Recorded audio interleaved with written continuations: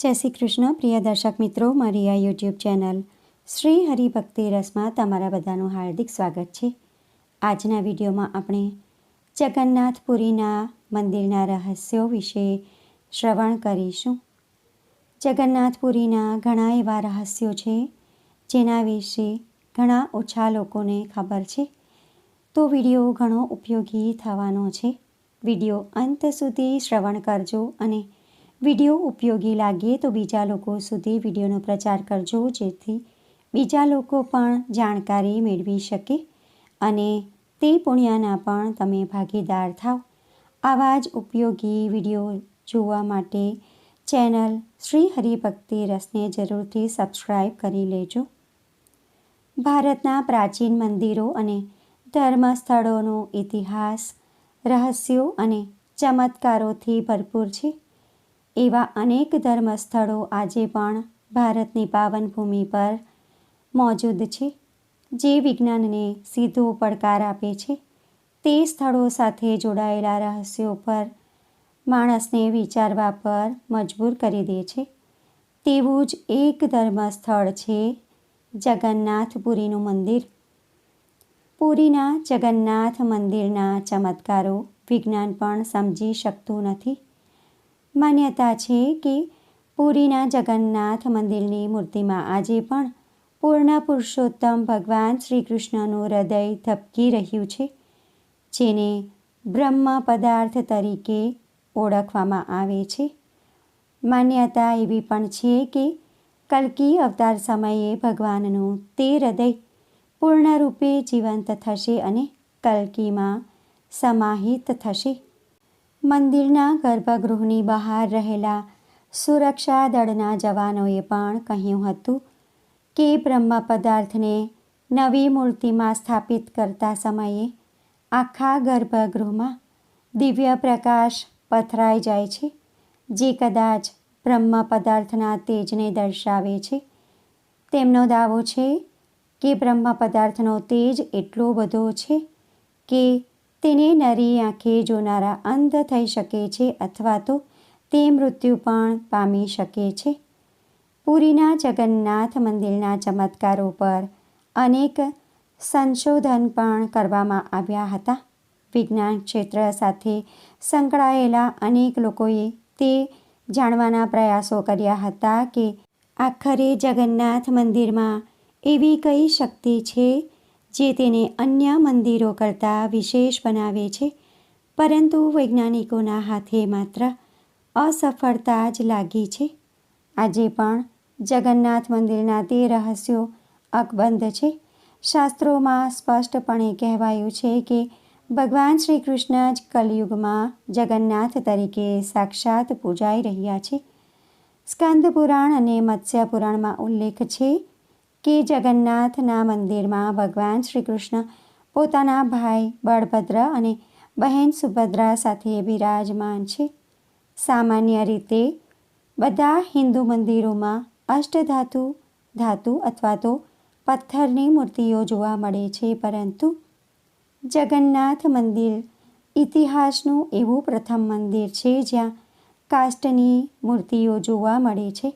માળવાના રાજા ઇન્દ્રદ્યુમ્નને ભગવાન શ્રી કૃષ્ણએ સ્વપ્નમાં આવીને મંદિર બનાવવાનો આદેશ આપ્યો હતો.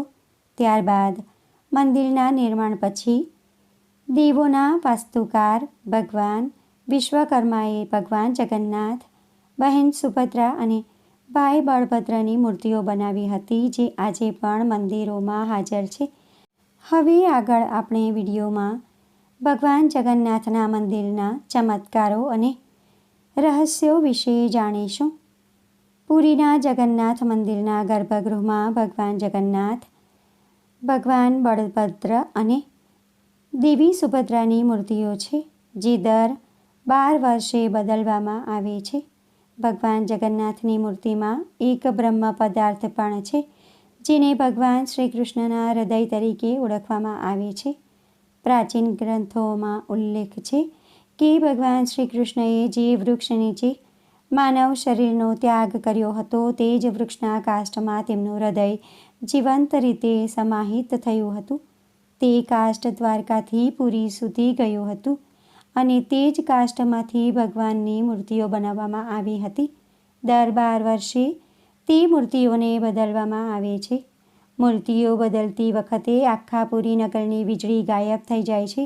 આખા શહેરમાં અંધકાર છવાઈ જાય છે.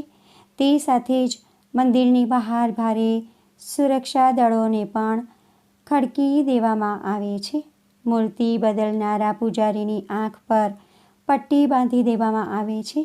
જો તેમણે ભૂલથી પણ તે પટ્ટી ખોલી તો તેમની આંખોની દૃષ્ટિ ચાલી જાય છે. જ્યારે મંદિરની મૂર્તિઓને બદલવામાં આવે છે ત્યારે ભગવાન જગન્નાથની મૂર્તિમાંથી બ્રહ્મ પદાર્થને કાઢીને નવી મૂર્તિમાં સ્થાપિત કરવામાં આવે છે. બ્રહ્મ પદાર્થને શ્રી કૃષ્ણ ભગવાનનું હૃદય માનવામાં આવે છે, જે આજે પણ જીવંત છે અને સતત ધબકતું રહે છે. જગન્નાથ મંદિરના પૂજારીઓનું કહેવું છે કે જ્યારે તેઓ ભગવાનનું હૃદય નવી મૂર્તિઓમાં સ્થાપિત કરે છે ત્યારે તેમને હાથમાં કંઈ ઉછળતું હોય તેવું અનુભવાય છે. મંદિરના પૂજારીઓનું માનવું છે કે આ બ્રહ્મ પદાર્થ છે જે અષ્ટધાતુ જેવું લાગે છે, પરંતુ તે જીવિત અવસ્થામાં છે. મંદિરના ગર્ભગૃહની બહાર રહેલા સુરક્ષા દળના જવાનોએ પણ કહ્યું હતું કે બ્રહ્મ પદાર્થને નવી મૂર્તિમાં સ્થાપિત કરતા સમયે આખા ગર્ભગૃહમાં દિવ્ય પ્રકાશ પથરાઈ જાય છે, જે કદાચ બ્રહ્મ પદાર્થના તેજને દર્શાવે છે. તેમનો દાવો છે કે બ્રહ્મ પદાર્થનો તેજ એટલો બધો છે કે તેને નરી આંખે જોનારા અંધ થઈ શકે છે અથવા તો મૃત્યુ પણ પામી શકે છે. તેથી જ પૂજારીઓની આંખો પર પણ પટ્ટી બાંધી દેવામાં આવે છે. હવે બીજો એક ચમત્કાર છે, તેના વિશે આપણે શ્રવણ કરીશું.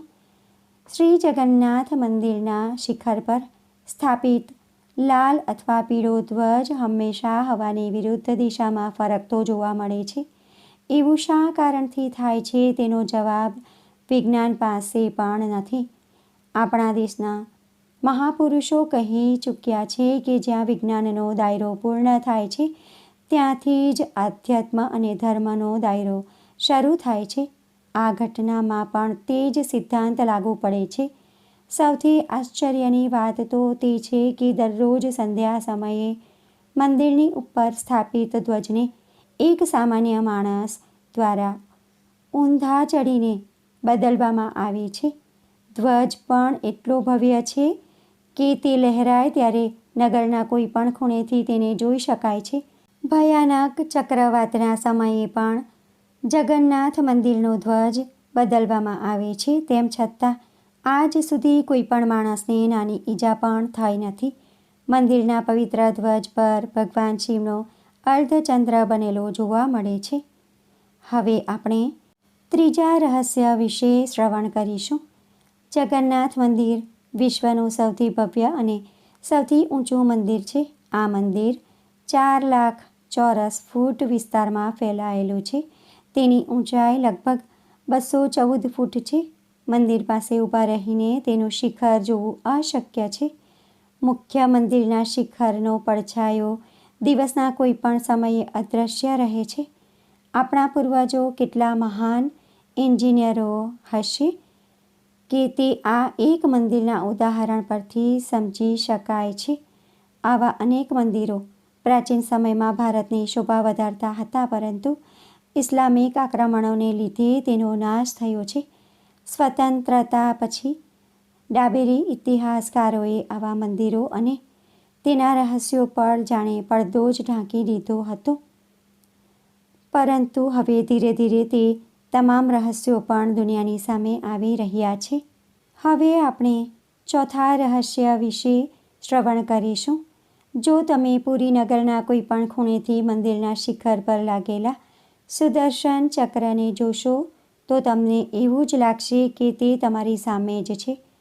તમે મંદિરની વિરુદ્ધ દિશામાં કે આડી અવળી દિશામાં પણ જોશો તો પણ તે ચક્ર તમારી સામે જ હશે. આ ચક્રને નીલ ચક્ર પણ કહેવામાં આવે છે.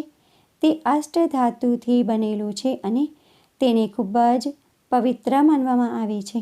સૌ પ્રથમવાર મંદિર બન્યું ત્યારે તે ચક્રને લગાવવામાં આવ્યું હતું. ત્યારબાદ સમયાંતરે મંદિરનો જીર્ણોદ્ધાર થયો હતો ત્યારે તે ચક્રને ઉતારી લઈને ફરીથી તેને ત્યાં જ સ્થાપિત કરવામાં આવ્યું હતું. આજે પણ તે જ પ્રાચીન સુદર્શન ચક્રને આપણે જોઈ શકીએ છીએ. હવે આપણે 5મા રહસ્ય વિશે શ્રવણ કરીશું. સામાન્ય રીતે પવન સમુદ્રથી જમીન તરફ ફૂંકાય છે અને સાંજે તેનાથી વિપરીત પરિસ્થિતિ જોવા મળે છે, પરંતુ પુરીમાં હંમેશા મંદિરમાંથી સમુદ્ર તરફ પવન ફૂંકાય છે. જાણે જગન્નાથ કુદરતનું સ્વયં સંચાલન કરે છે તેવો સંદેશ આપવા માંગતા હોય. આજે પણ ઘણા વિદ્વાનોએ આ વિશે જાણવાના પ્રયાસ કર્યા હતા, પરંતુ તેના રહસ્ય વિશે કોઈ જાણી શક્યું નથી. જમીન પરથી સમુદ્ર તરફ હવા ફૂંકાવી તે પણ કુદરતના નિયમો વિરુદ્ધ છે. તેમ છતાં પુરીમાં આ ઘટના જોવા મળે છે, જેના કારણે પુરી જગન્નાથ મંદિર પર અનેક સંશોધન પણ કરવામાં આવ્યા હતા. હવે આપણે જગન્નાથ પુરીના મંદિરના 6ઠા રહસ્ય વિશે શ્રવણ કરીશું. જગન્નાથના મંદિરના ચમત્કારો અંતર્ગત એ પણ ગણી શકાય છે કે આ મંદિરના શિખરની આસપાસ આજ સુધી કોઈ પણ પક્ષી ઉડતા જોવા મળ્યા નથી. ભારતના મોટા ભાગના મંદિરોના શિખર પર પક્ષીઓ બેસે છે અથવા નજીકમાં ઉડતા જોવા મળે છે, પરંતુ પુરીના જગન્નાથ મંદિરમાં પક્ષીઓ મંદિરની ઉપરથી ઉડતા નથી. આટલું જ નહીં, પરંતુ મંદિરના શિખર પર પક્ષીઓ બેસતા પણ નથી. માત્ર પક્ષીઓ જ નહીં, પરંતુ વિમાન પણ મંદિરની ઉપરથી ઉડી શકતું નથી.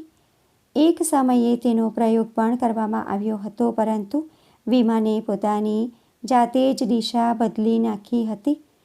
જગન્નાથ મંદિરનું આ રહસ્ય પણ હજુ અકબંધ છે. હવે આપણે જગન્નાથ મંદિરના 7મા રહસ્ય વિશે શ્રવણ કરીશું. 300 સાથીઓ સાથે 500 રસોઈયા જગન્નાથજીનો પ્રસાદ તૈયાર કરે છે. અહીં લગભગ 20 લાખ ભક્તો ભોજન કરી શકે છે. કહેવાય છે કે મંદિરમાં પ્રસાદ અમુક હજાર લોકો માટે બનાવવામાં આવે છે, તેમ છતાં તેને લાખો લોકો ભરપેટ ખાઈ શકે છે. આજ સુધીના ઇતિહાસમાં ક્યારેય પણ પ્રસાદ ઘટ્યો નથી કે પ્રસાદ વધ્યો પણ નથી. પ્રસાદનો એક કણ પણ ક્યારેય વ્યર્થ નથી ગયો. મંદિરના રસોડામાં રસોઈ બનાવવા માટે 7 માટીના વાસણો એકની ઉપર એક એવી રીતે મૂકવામાં આવે છે. આ પ્રક્રિયામાં સૌથી ઉપરના વાસણમાં રહેલી સામગ્રી સૌથી પહેલાં પાકે છે. ત્યારબાદ ક્રમશઃ નીચેના વાસણોમાં જે સામગ્રી હોય તે પાકે છે. એટલે સૌથી ઉપરના વાસણમાં રાખેલો પદાર્થ પહેલાં બની જાય છે. હવે આપણે જગન્નાથ મંદિરના 8મા રહસ્ય વિશે શ્રવણ કરીશું. મંદિરના સિંહદ્વારમાં પહેલું ડગલું માંડતાની સાથે જ તમે કોઈ પણ ધ્વનિને સાંભળી શકતા નથી. એટલે મંદિરના મુખ્ય દ્વારમાં પ્રવેશની સાથે જ સમુદ્રનો અવાજ સંભળાતો બંધ થઈ જાય છે. જેવું તમે બહાર પગલું ભરો કે તરત જ અવાજ આવવાનો શરૂ થઈ જાય છે. સાંજના સમયે તેને સારી રીતે અનુભવી શકાય છે. તેવી જ રીતે મંદિરની બહાર સ્વર્ગદ્વાર છે, જ્યાં મોક્ષ પ્રાપ્તિ માટે મૃતદેહોને અગ્નિ સંસ્કાર આપવામાં આવે છે. પરંતુ જ્યારે તમે મંદિરની બહાર નીકળશો ત્યારે જ મૃતદેહોની ગંધ અનુભવી શકાશે. મંદિરની અંદર તેની કોઈ પણ પ્રકારની ગંધ અનુભવી શકાતી નથી. હવે આપણે જગન્નાથ મંદિરના 9મા રહસ્ય વિશે શ્રવણ કરીશું. એવું માનવામાં આવે છે કે સમુદ્રએ ભગવાન જગન્નાથના મંદિરને 3 વાર નષ્ટ કરી દીધું હતું. એવું કહેવાય છે કે મહાપ્રભુ જગન્નાથે સમુદ્રને નિયંત્રિત કરવા માટે અહીં હનુમાનજીને કાર્ય સોંપ્યું હતું. પરંતુ જ્યારે હનુમાનજી પણ ભગવાન જગન્નાથના દર્શનનો લોભ સંતોષી શક્યા નહોતા. તેઓ ભગવાનના દર્શન માટે નગરમાં પ્રવેશ કરતા હતા આવી સ્થિતિમાં સમુદ્ર પણ તેમની પાછળ નગરમાં પ્રવેશ કરતો હતો. હનુમાનજીની આ આદતથી ભગવાન જગન્નાથે તેમને પ્રેમની સાંકળમાં બાંધી દીધા હતા અને હંમેશા તેમને દર્શન આપવાનું આશ્વાસન આપ્યું હતું. અહીં પુરીમાં જ સમુદ્ર કિનારે બેડી હનુમાનજીનું પ્રાચીન અને પ્રસિદ્ધ મંદિર છે, જ્યાં હનુમાનજીની સાંકળથી બંધાયેલી મૂર્તિ જોવા મળે છે. તે સિવાય જગન્નાથ મંદિરના આવા હજારો ચમત્કારો જગ જાહેર છે.